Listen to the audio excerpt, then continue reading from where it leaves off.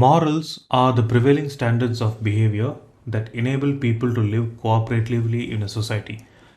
Morals refer to what society sanctions as right and acceptable. While some moral principles seem to transcend time and culture, such as fairness, generally speaking, morality is not fixed. Morality describes the particular values of a specific group at a specific point in time. Historically, morality has been closely connected to religious traditions, but today its significance is equally important to the secular world.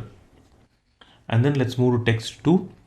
A moral principle is more like the inner voice of the person. Every person should follow his or her intuition. Ethics can change with time and situations given, but moral values are something that depends deeply rooted in a person. Although moral principles can change with time and situations, a person of strong character can resist such negative changes in his or her environment and remain true to his or her conviction. So let's look at the question. Based on the given texts, how would the author of text 2 say about the assertion in the second sentence of text 1? Okay. So the second sentence is underlined, so that's the assertion of text 1. Let's look at option A. Morals are defined by religion and keep changing with time and situations. Option B. Morals are defined by society, but once imbibed, one must not compromise on them. Option C. Morals used to be defined by society, now it depends more on individuals' inner voice.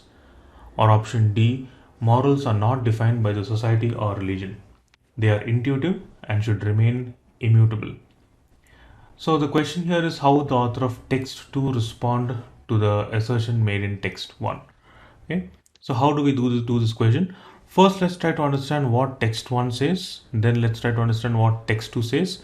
And then based on that, we would try to understand the assumption and see how text 2 would respond to this particular line of text 1. We'll come up with our own prediction and then we'll do the process of eliminations. Okay, let's look at what text 1 has to say.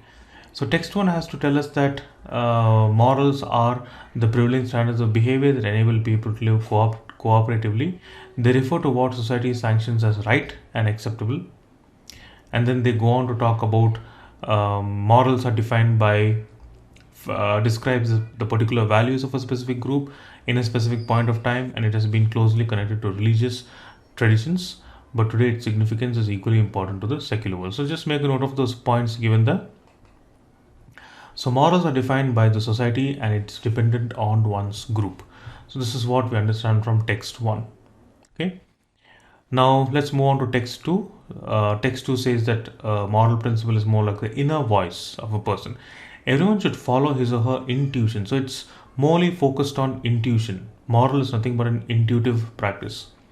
Ethics can change with time and situations, but moral values is something that remains deeply rooted in a person, right? So it's something to do with intuition.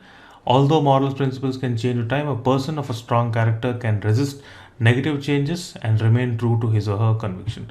So let's make a note of the point there, what text 2 has to tell us. So text 2 tells us that morals are based on intuitions, right? So they have elaborated that in detail, but our focus is that morals are based on intuition. So we have found out the main differences between text 1 and text 2. Okay, now let's see exactly how text 2 will respond to the assertion made in text 1, right? So how will he respond to this sentence? Morals refer to what society sanctions as right and acceptable. So obviously text 2 will say no, it doesn't depend on so what society says that is right and acceptable. It depends on something that is within the person or something that is intuitive. So obviously we are looking for that kind of an answer, right? So let's make our own prediction here. So the prediction is text 2 would respond to text 1 by stating that the principles may change, but one must not allow these changes to disturb the basic beliefs, right? So this is how text 2 would respond to text 1. So basically it's not going to depend on what society says, right? Okay. So now based on that, let's try to see which option is close to what we have here. Morals are defined by religion and keep changing with time and situations, right? Now option A is clearly incorrect because the author of text 2 doesn't believe that morals are defined by religion. In fact, the text 1 believes that morals would probably be dependent on religion. See that it's connected to religious traditions, but text 2 believes completely on intuition. So that would clearly be eliminated. So let's eliminate option A. Let's go to option B. Morals are defined by society, but once imbibed, one must not compromise on them.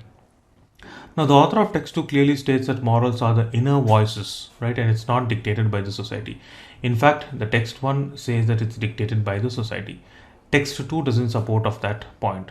So let's get rid of that. Let's move to option 3. Morals used to be defined by society, but now it depends more on the individual's inner voice, right? Now again, the text 2 does not state or imply that the basis of the morals have changed.